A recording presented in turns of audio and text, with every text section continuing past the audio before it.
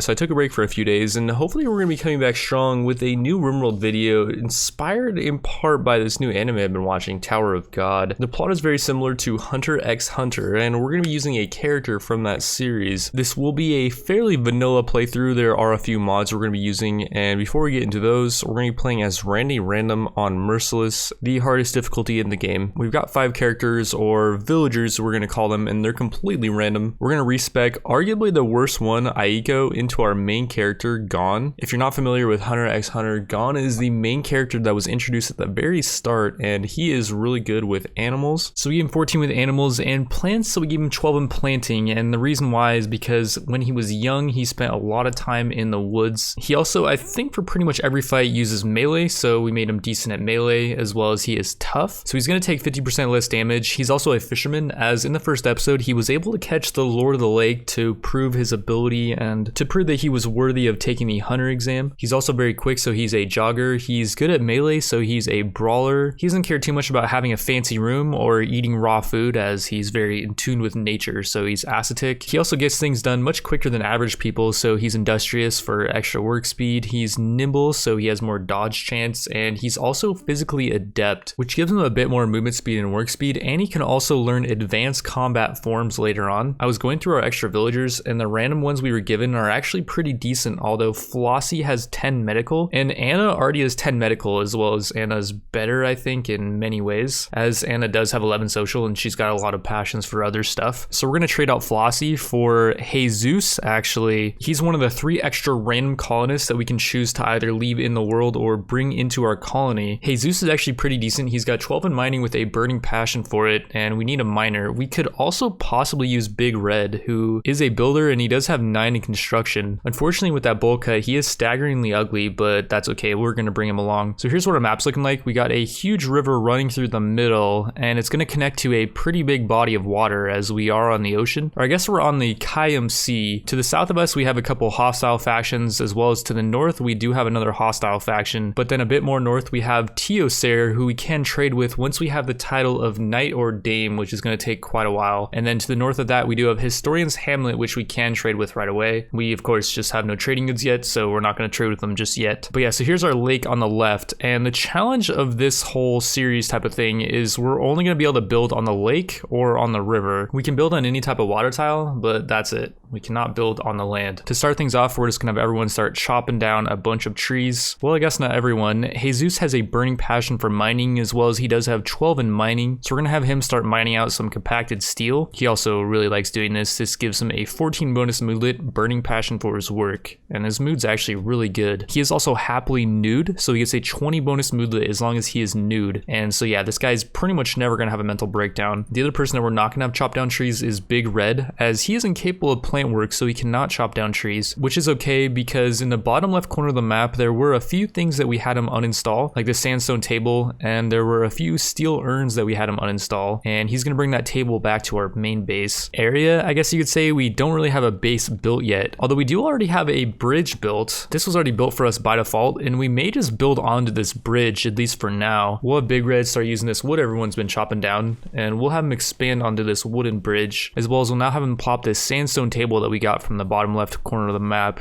down, which is pretty low on durability, but that's fine. The main thing is we just need a table so people can eat at it, as if they don't eat at a table, it gives them a moodlet debuff. Speaking of food, Gon is currently consuming berries, as his food meter is really low, and he doesn't mind doing that, but everyone else is not going to be as happy consuming raw food. We do now have Gon currently trying to fish for some food, but I don't know if that's going to be enough to feed everyone, because yeah, everyone's hunger bar seems to be getting kind of low, and Gon does not seem to be fishing that quickly, even though he does have decent animal skill, and fishing is based on animals. 2, 3, 4, 5, 6, 7, and unfortunately we had Big Red make an extra bed. We did just end up making 7 beds. We'll just deconstruct one of the normal ones. The last one he did build was actually good though, which that's a good thing. The good one gives a little bit of extra comfort and makes them rest slightly quicker, so I'd say it was worth to build an extra bed, even though we do lose 12 wood for deconstructing that bed. Big Red is not only decent at construction, he's also pretty okay at crafting. He's got 6 in crafting, and we're gonna have him start making a bow so we can have people hunt. Oh, and actually we can see how close close Gon is to finishing his first fishing job. He's actually really close, and he just caught some fish. 20 bass, actually. We'll have some people start consuming those. They don't give a whole lot of nutrition though, so I think like one person's gonna eat like 15 of them at one time. And so yeah, fishing's not the quickest way to get food, but it is a steady, reliable food source that we can use if we're just completely out of food. And yeah, Anna ended up eating 18 of the fish, and oh crap, we should have cooked that. Making her eat raw food gave her this -7 8 raw food moodlet, and apparently she was rejected by Jesus for a -5 moodlet. That's quite unfortunate. To fix that problem, we built a campfire, and we're gonna have Chili start making some meals out of some perch Gon was able to fish up. It's now due day, and Chili actually hit his first and his second shot on this alpaca with this really crappy bow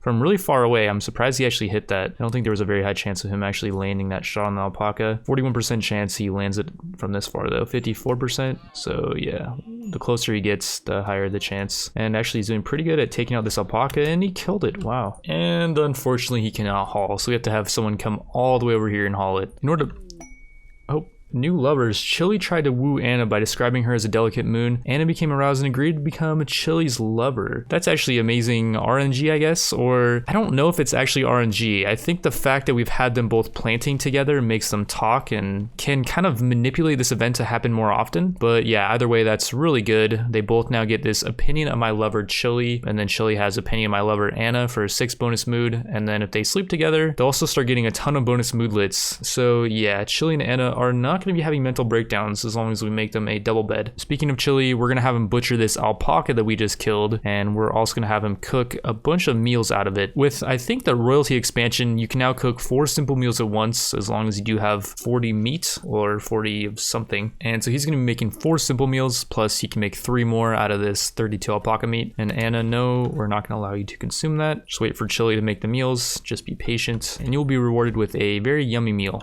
And no, Big Red, you cannot have the raw meat. And everyone is going to consume a simple meal. Although Big Red, we're gonna have you wait because we want you to consume it at the table so you don't get the negative moodlet. And yeah, going off what I was saying earlier, like you can see Dorian and Big Red were talking because they were nearby each other. It is unfortunate that we have mainly male colonists. We only have 1 female in our whole colony. So yeah, we're gonna have to keep a lookout for other female colonists so we can have more people become lovers. It's getting close to the end of day 2. We got Chili over here sleeping. He's already getting a good head start on his rest. Dorian's over here playing some chess. We did end up building a wooden chess table so that people can do more recreation. And we do have 4 simple meals left over, so we're doing okay on the food situation. And Dorian, Anna's taken. What are you doing, man? Anna had to rebuff Dorian. Speaking of which, we're gonna have Big Red build Chili and Anna their double bed so they can sleep together. And unfortunately, it was a poor double bed. That's not ideal. Maybe we'll have Big Red make them another one. I don't like poor double beds because you're having 2 colonists use that same bed, and it's going to affect both their rest speed and their comfort gain on 2 people, not just 1. So yeah, I think we should definitely rebuild that. For now, it'll be okay though, as they are both sleeping in the rain. Unfortunately, it is raining now. They're soaking wet. I don't know how long this rain's going to last, but we should start prioritizing setting up some rooms, and these are actually going to be really expensive to build. 420 wood for a room that size, which isn't even that big of a room. Like maybe we'll make it slightly smaller. About that size I think should be okay, because we have to build walls around it, and then we're only gonna have this inner space for a room. It's really not gonna be that big. And oh man, we're having Chili try to hunt this hare. There's a 15% chance to hit this hare, and that's from this close. 12%, 11% when it gets this far. Partly it's due to foggy rain, which reduces accuracy and movement speed. I was noticing if we just have him auto hunt it though, and he shoots it from the max range, which is what will happen if we just let him auto hunt. Like I'll actually show you guys. Just let him auto hunt. From here, it's a 6.1% chance, and actually if we have him auto hunt, he sits even further back, and it's like a 3% chance. And oh, we actually hit it, like a 6% chance. I think he only has to hit the hare twice, because yeah, that did a ton of damage. But yeah, auto hunting, not the most efficient way to take out at least smaller animals, because it is harder to hit smaller animals, especially not in the rain. Just have melee attack it, and there we go, it's dead. I also want to try Chili's new ability, Overwhelm. Wait,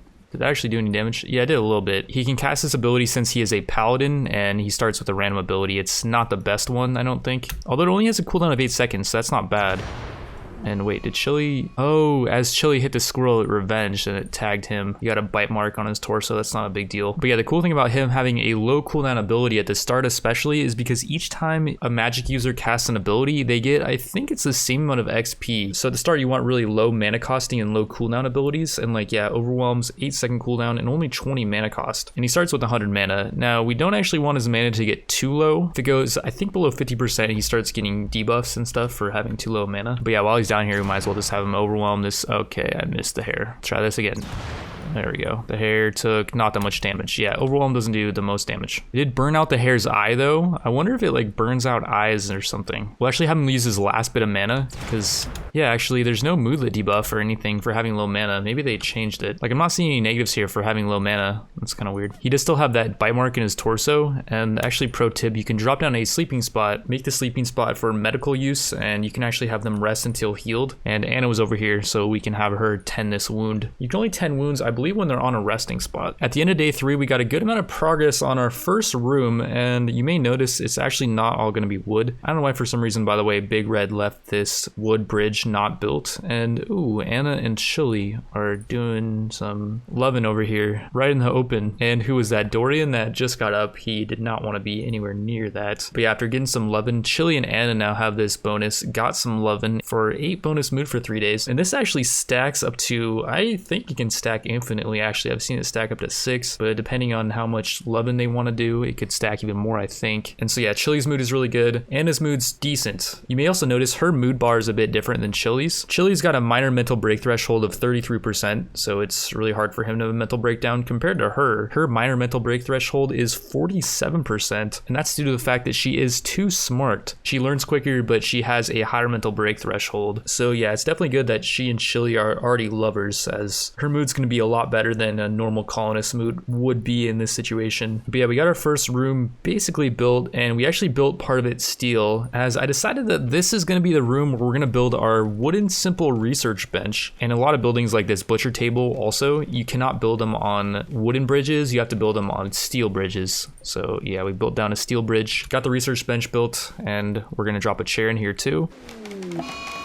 And oh no, it's a heat wave. This is really bad. This is really gonna slow down our productivity, but we could actually manage this. If we just make this room a bit bigger, we'll add a few more layers to it. And Big Red, you're gonna have to do some overtime here and really get this room built before this heat wave starts cranking up. Like it's already 86 degrees Fahrenheit. It was 70 not that long ago. So yeah, we gotta start adding onto this room though. And actually, if you look at it, once we build the walls, there's not that much space in here. I think we're gonna have to make it bigger this way as well. I don't even know if we're gonna have enough wood for this, by the way. We're forced to expand it downwards as well, and yeah, people are starting to get heat stroke now, as it is 115 degrees out. Dorian did end up botching that bridge. I'm not trying to have these guys build, I'm just trying to have them haul all the resources over here so that Big Red can just focus on building. And actually the chance is not that high for Dorian and Chili to botch, as they both have 4 construction. I believe the chance is only 12% if they botch whatever they build. So yeah, we're just gonna have them help. We got Chili building some of the roof, and yeah, we're almost done here. It's only 99 degrees outside now because it is the middle of night, but the heat stroke is still kind of going up. Last time I looked, when it was 101 degrees, I think the heat stroke was at 20%. So yeah, it's still going up. Maybe below 100, it's going to start going down, but it's not going to start going down by much until we have everyone in this cooled room. We do have the cooler built already, but we just don't have it walled in yet. The time to sleep is going to be soon, my friend. Just gotta buckle down. Chili, you as well. And the last 2 walls, wait.